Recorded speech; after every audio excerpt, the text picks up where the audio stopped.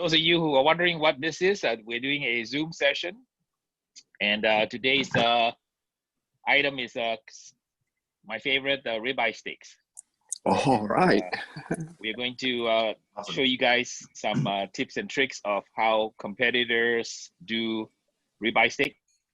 And it's what do you call different than what you would cook at home. So I posted a lot of videos on how to cook steaks on the internet, and I will tell you that the first thing people tell me is I'm cooking it wrong, because they say that all a good steak needs is some salt and pepper, and that's fine. So I wanna clarify that if you want to cook a salt and pepper steak, perfect. Please go ahead and do it. But today we're gonna take it up a notch. Of course, as I always start filming, what does the dog do? Beans! Hello, Beans. Can you chillax, please? See, you guys don't see the outtakes, right, when I shoot my videos. But I have a lot of outtakes on my videos, because every time I try to start talking, he will, insert himself. Beans, hey, come say hello to everybody. Beans, where are you? I see here. Beans, say hello to your fan club here. You're more popular than I am. Nobody wants to see me, but they all are looking for Beans, right, Beans? Right, you're gonna get some steak today after we're done here, right? Right, see, he's smiling now. He's saying, you give him a steak, give him a steak. Okay, today's episode is going to be on a steak masterclass. Why do I call it a masterclass? This is a kind of steak on steroids, and we're gonna do it in a sort of competition method.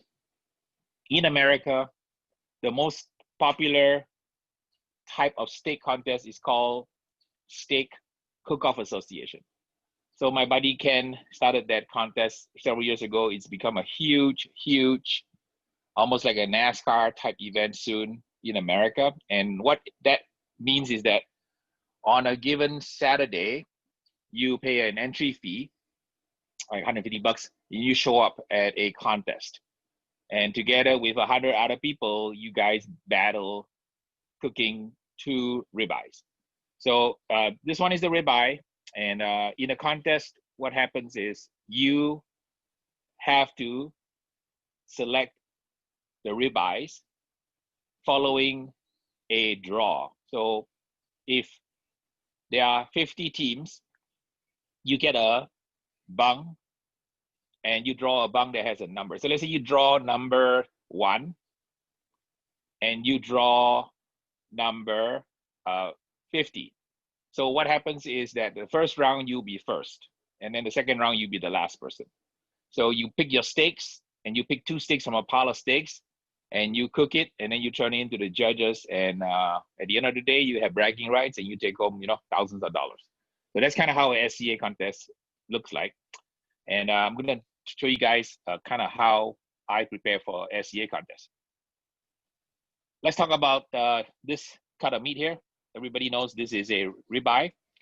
The ribeye comes from it's like the loin of the cow, and this is a prime grade ribeye. You won't get this grade in a SCA contest. You'll get choice grade. A lot of times they use the one from Sam's Club. So if you go to Sam's and you buy the choice ribeye, that's the one that they provide in the contest. When you pick a ribeye, it's based on a few criteria, and you want to make sure that the muscle that the judges eat is going to be the best tasting one. So on a ribeye, this piece here, you can see here, this piece here, this is called the spinalis dorsi, or aka ribeye cap. So this is kind of the spinalis dorsi on this piece here, and this is the spinalis dorsi on this piece here. So in a contest, right, you really don't worry about the eye. The eye is irrelevant, because the eye is used for judging doneness. And the judges will cut a cut through the middle, and then they're gonna evaluate your doneness on a color chart. Now, obviously at home, you won't do something like that. You're gonna be cooking it medium rare most of the time at home. About 60% of America likes it medium rare.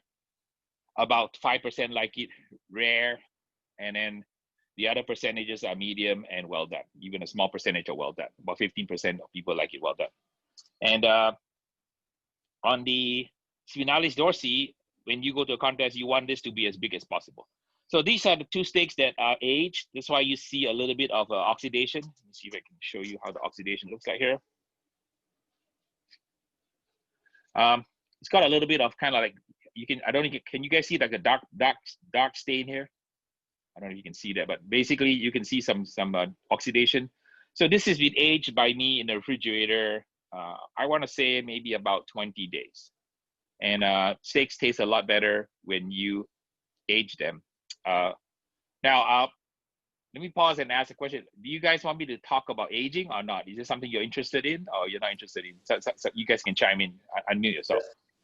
Oh, yes, I would like to know about the aging part. Yeah, me Okay. too. Yes, on the aging. Okay, let me talk about aging then. So for those of you not interested in aging, just fa la la la la, go watch a YouTube video. So the reason aging is important is because it basically makes your meat taste better. And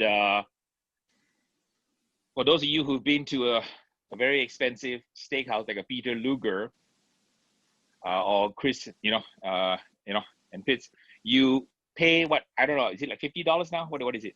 $40 for one piece of meat, right? And the reason the aging works is because of three different reasons, right? Number one is they dry the steak.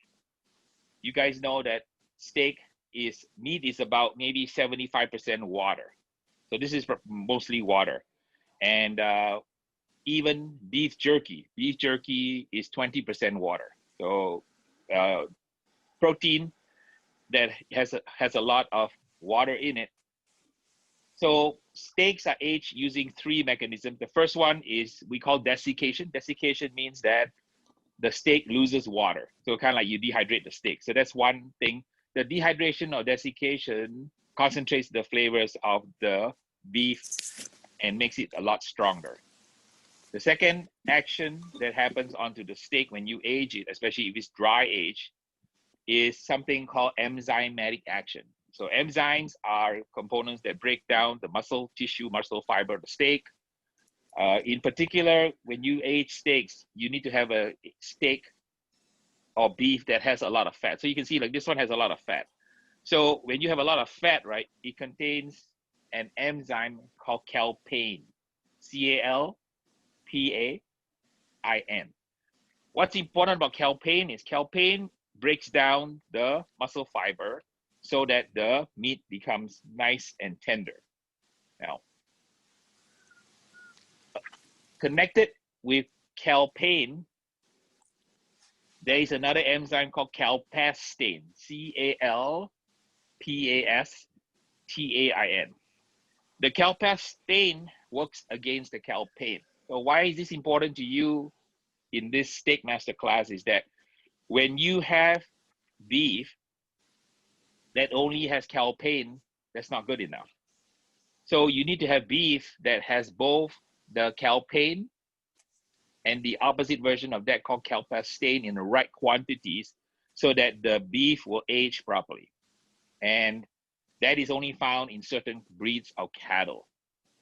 So if you live in South America, you live in Africa, the breed of cattle they have there is what we call hot weather cattle, such as the Zebu breed.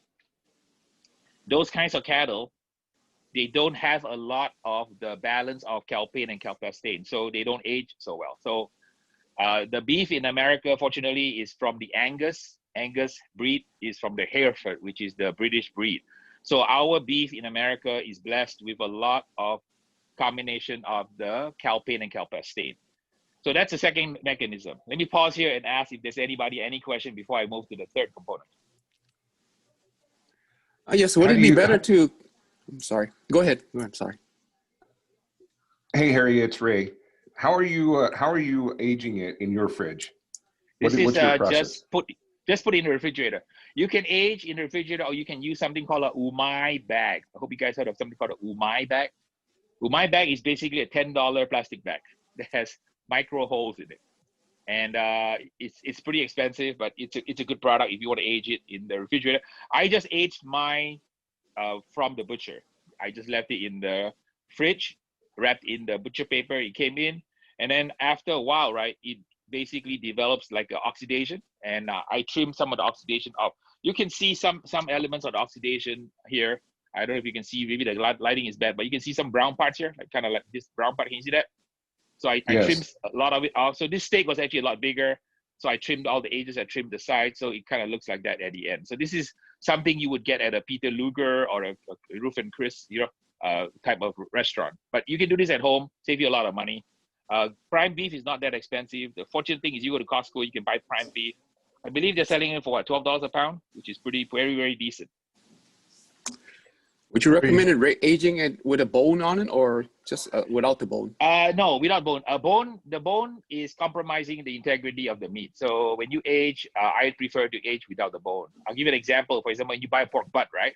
If you buy pork butt without the bone, it'll last 21 days. If you buy pork butt with the bone, you only last 14 days.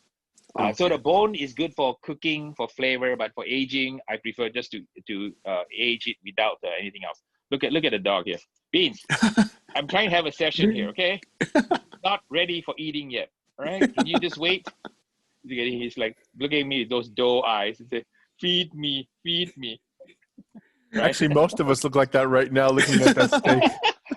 Okay. So, by the way, Harry, is there a cut to avoid? Like, you have chuck that could be inexpensive, but it's a lot of connective tissue. Is there one that you just avoid, extra lean or anything? No, I tell you what, like I said, right, you guys know me, I respect every part of the animal. I'll eat the animal from the tail to the snout because every part of the animal is precious.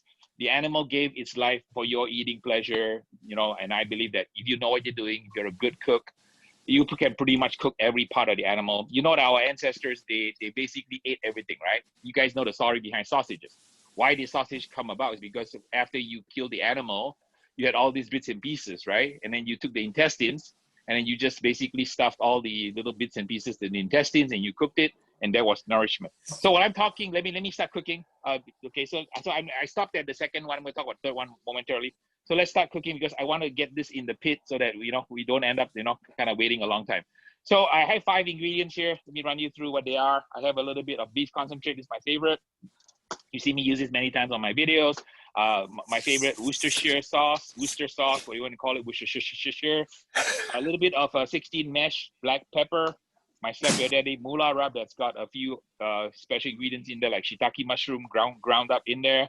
And then this is a controversial component. You guys know what this is, right? MSG, monosodium glutamate. And for those of you who are going to tell me that you're going to die eating it, please watch my very, very long, lengthy video about what MSG is.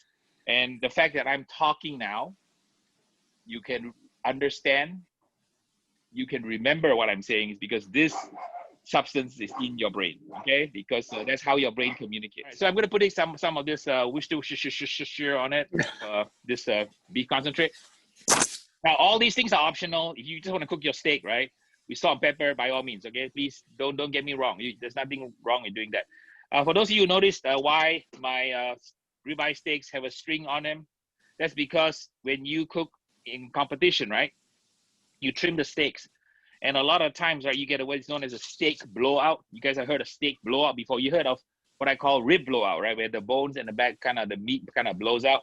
So what happens if you don't tie a string around it, you're going to get a blowout right here. So this is where this spinalis dorsi rib cap touches the eye. And this part here sometimes will blow up. The way you prevent that is a black belt trick. You just tie your steaks and it gives it a nice kind of an appearance. All right, so we're going to apply the products in a row. So I'm going to put some of my beef rub first.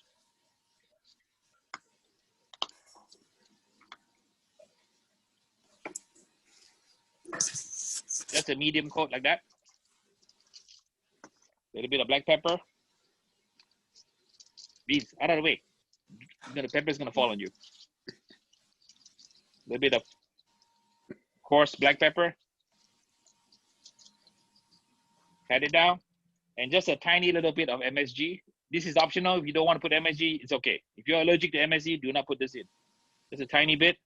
Flip it over and repeat. So just to recap, right? I have 2 wet ingredients. The 2 wet ingredients are the Worcestershire and the beef concentrate.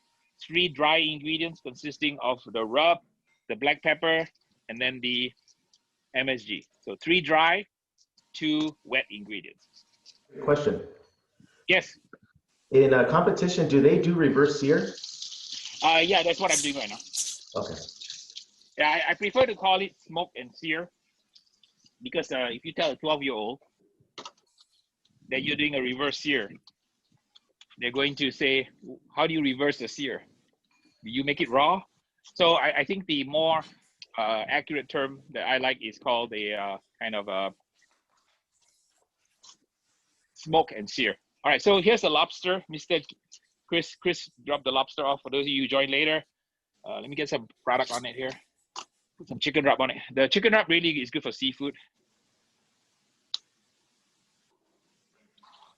Put a touch of Worcestershire on it first. So this is a surf and turf episode. So I lie, it's not a steak masterclass. It's a Chris Guerin's lobster class also. All right, just a little bit of Worcestershire.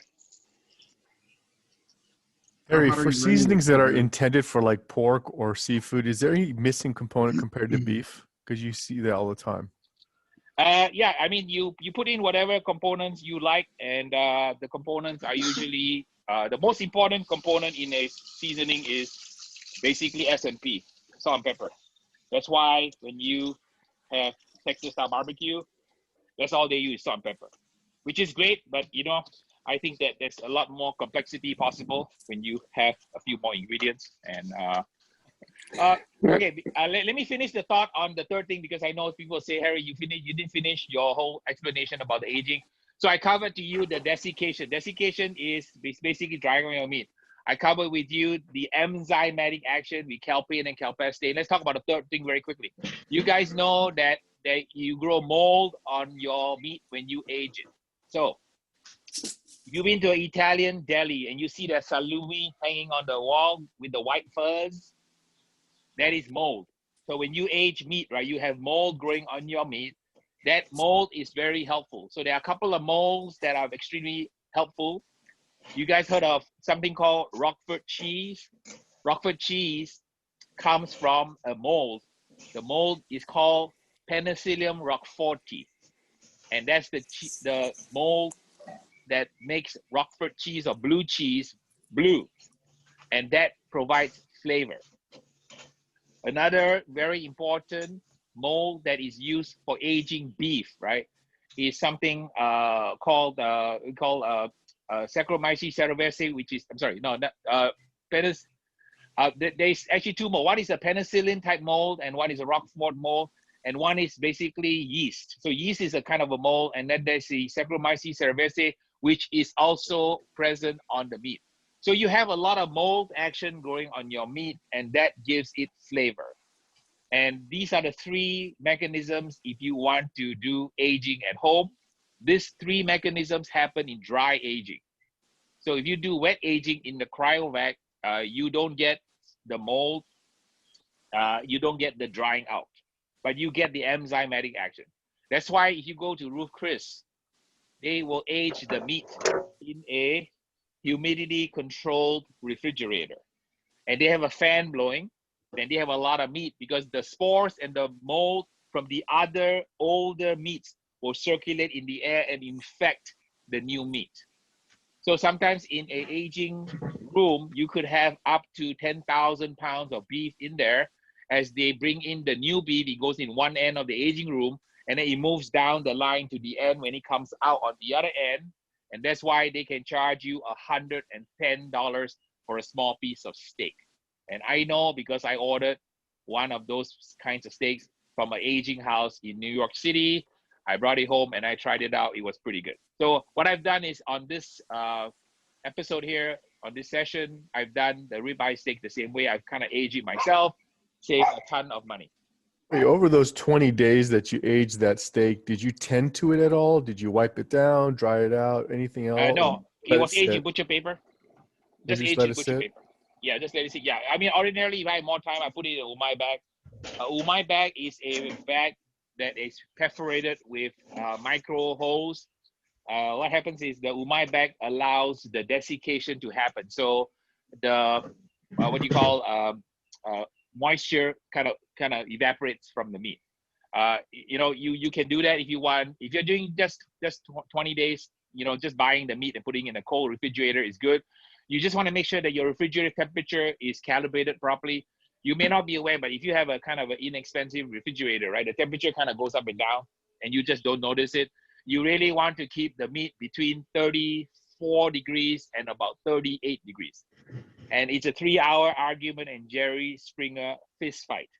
Whether you age at 38, you age at 36 degrees, or you age at 34 degrees. But I run my refrigerator really cold. My refrigerator is probably around like 30 or 32. But I find that on my particular refrigerator at home, aging it for about 20 days, it's about right. It gets a little musty and funky, but I find that that's a good balance. Okay. All right, so we're getting to the critical phase. I gotta pay attention here. Talking too much. Hang on, let me show you what's going on here. Okay, so I'm approaching my set temperature of 110 degrees. I'm at temp already. Okay, see that? I told you 110. Yes. How's the steak? Lobsters. The lobster needs to be about like 135-ish. So let's keep it going. So now I got a problem because I'm trying to cook the lobster and trying to sear it here. So let me see what I can do here. It's kind of anemic looking. That's normal because it's now at the perfect temperature of 110. Sifu, what blender what are you using on a smoker today? I'm sorry, the pellets? Oh yes, the pellets. The pellet, yeah, this is the one I use. Okay. Okay, I like this one. So, you know, it seems to work for pretty much every kind of food. It's called a GNG Gold Blend. Great smoke ring, good flavor, not too strong, and you know, it's really good. Yeah, if you are in California, go ahead and order this from my buddy Paul Peckinkarn. He owns a California pellet grill company in Anaheim, and he can sell you a lot of smokers, a lot of rubs and stuff, and then I buy this from him. Okay, so where was I? All right, so you guys know what this is, right? Everybody know what this is? This is called a grill grate. So I'm gonna now heat the grill grate to 600 degrees. So hopefully I'll catch my pit on fire. They'll make a good episode. Okay, so here's how it works. I press it down. I turn it to 600. I'm gonna crank it up to really super hot. Okay, like that, press it. And it's gonna go crazy. Need to make sure that I have enough pellets. When I say go, can somebody start a timer? Yep. So we can sear these steaks. Go. Okay. 2 o'clock position is the first position. Okay. All right. So let's see. I'm not sure who has the timer, but when the timer is close, let me know. To what time? I want to say 70 seconds ish. Okay. You guys have no idea the pandemonium that just happened. Okay. You can't have an IT guy running the show. Okay? Yeah. So talk about like a worst time for this to happen. I have my steaks on 600 degrees. One of you is counting down the clock, right? And all hell breaks loose. I lose my internet connection. My phone goes dead. I lose my Zoom. Like the worst possible time to have a blackout. And meanwhile, I'm trying to get my phone to work. And meanwhile, the steaks are burning. And then this would have been fit for a TV show where all hell broke loose just as the critical point was hit during the entire session. So this was like the worst possible time to have a technical outage when the guy is trying to cook a steak to the perfect temperature, following a countdown to 60 seconds, and then everything goes berserk. You need to say this, Harry, so after you're rich and famous from this, you can start a blooper reel. I have a lot of those. Actually, that'll make a good video of when the poop hits the fan. Yeah, that's right. In the middle of a Zoom session, right in the middle of getting the steak seared, and this whole thing falls apart right on me at the most critical phase. Yeah, you should have seen me. I was running around trying to get the steak seared, trying to figure out what the hell's wrong with my phone, checking my Wi-Fi, trying to reboot my router. It was a complete chaos. I bet you I know what it is. It's my headset. Let me disconnect my headset because this Apple headset, right? It doesn't play nice with Android. Let me disconnect my headset. Yeah, what happened is my phone lost connection. So that's what happened. So Harry, can you walk us through while you're rebooting your phone of what the process, how much time are you going to spend at each position? Yeah, so the idea is it's a 4-flip process. I call it Harry's X flip. And the first position is 2 o'clock. So you guys saw me do that, right? And then somebody counted down 60 seconds. As soon as 60 seconds up, I flip it over back to 2 o'clock. So that's the second time. After another 60 seconds, I do a X flip to the 10 o'clock. And then after 60 seconds, I did another flip back to 10 o'clock. So it's really simple. It's called an X flip. You put it down at 2 o'clock, flip it at 2 o'clock, X flip at 10 o'clock, flip at 10 o'clock. So super simple, like an X, just like a letter X, right? You put it on and then you flip it. And then after that, the steaks are going to be absolutely amazing. You want to shoot for an internal temperature of 128 degrees. That's what you're shooting for. And if you do it exactly perfectly right, it will come out exactly SCA first place type doneness, which is a warm, medium, pink center. And that's the goal that you are shooting for. Can you hear me now? Oh, yes. Yeah, we can hear you. Okay, sorry about the technical difficulties here, but I think we got it sorted out. So event review for those IT people in the room. Okay, we had an internet failure on the phone, a connection failure on the phone, causing a cascading series of outages. Okay, that's what happened officially. So as a recap, we seared it 60 seconds on each side, so a total of 4 minutes here. It still look great. Yeah, I mean, you can see. Can you see this? Yeah. Oh, it looks not bad, right? This looks still look great. Yeah, not bad. Okay. Woo. Woo. Okay, I'll pretend nothing happened. Okay, everybody, don't tell anybody. Just nothing happened. We did. Okay, so we did the cook. Everything came up perfect. Okay. So all I'm doing is cutting away the string. Brush a little bit more butter on it, like so. Finishing butter. More butter is good. Harry, do you need to have Mr. Bean sign a non-disclosure agreement?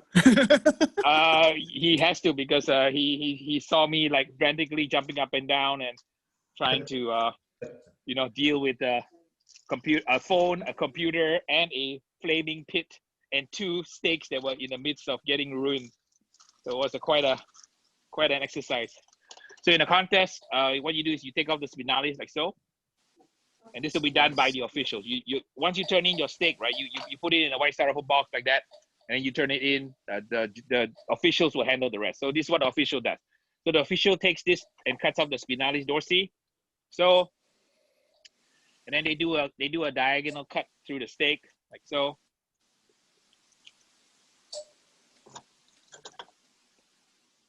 And you can see the color, which is pretty good considering all the pandemonium that just happened.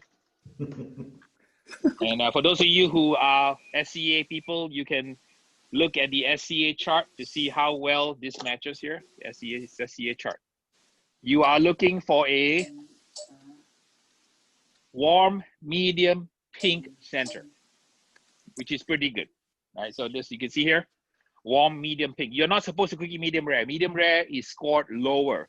So a perfect score is a 10. So between these two, right? This one's a little bit better. This is a little bit more pink.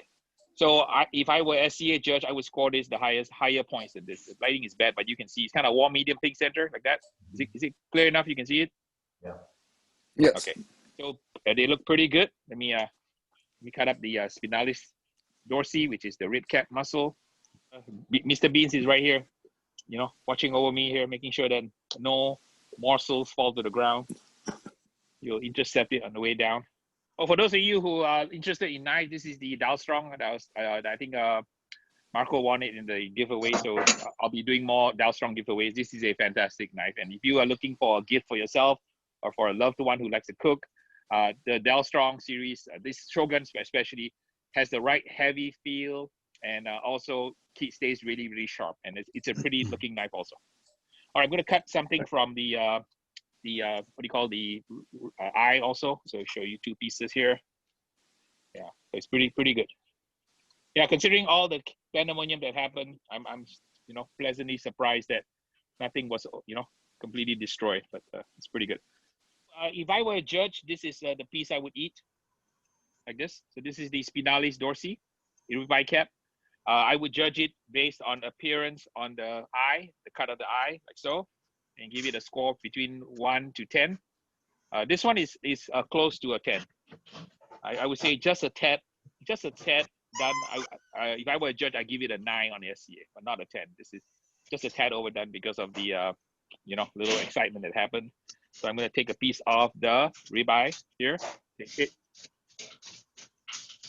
and I'll give a piece to Mr. Beans. Mr. Beans, you ready? This is the Spinalis, Mr. Beans. So yeah, enjoy. What do you think, Beans? Okay. How about it? So it was phenomenal. Because the steak is aged, right? It does have a slight amount of funk. Now, like I said, some people like it, some people don't like it. So when you're at home, you don't have to age your steak. Just cook it fresh. Because most people are not used to the kind of mustiness, but I like it. I find it eating it very pleasurable. So absolutely beautiful pieces of the Spinalis dorsi. Let me take a piece of the eye. This is the eye. Absolutely delicious. Beans, you want a piece? Oh, does he want a piece? Good. Harry, what would you recommend? Like, for example, that steak right there is about medium rare. What about for those of us who pretty much like our meat once over with a flashlight? What? You know, like I said, take it off once you have a lower temperature. So let's say you like it super rare. You want it at 110, 115, which is like mooing still, right? I wouldn't pull it off at 110 degrees. I would pull it off at 95. 90 in the sear? 95 would be, you know, would get you to the final temp of about maybe 115. If 115 is your kind of ideal temp.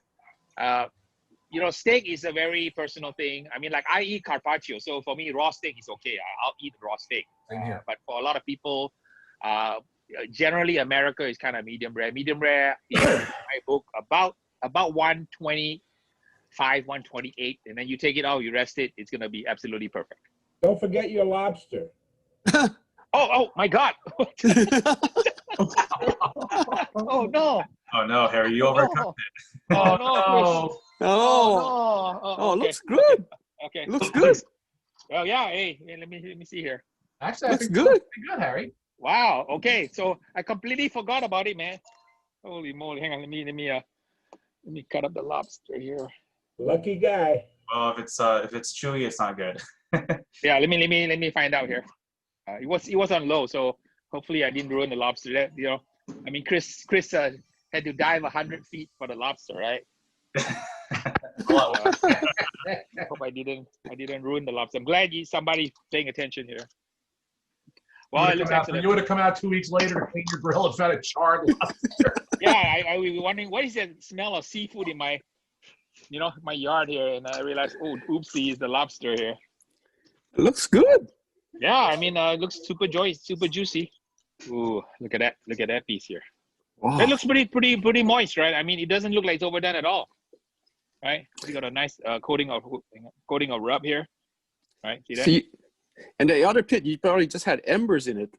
Yeah, I was lucky because it was on the tail end, right, of its you know, cycle of coals, and I mean, it looks fantastic. Let me take a bite here, here.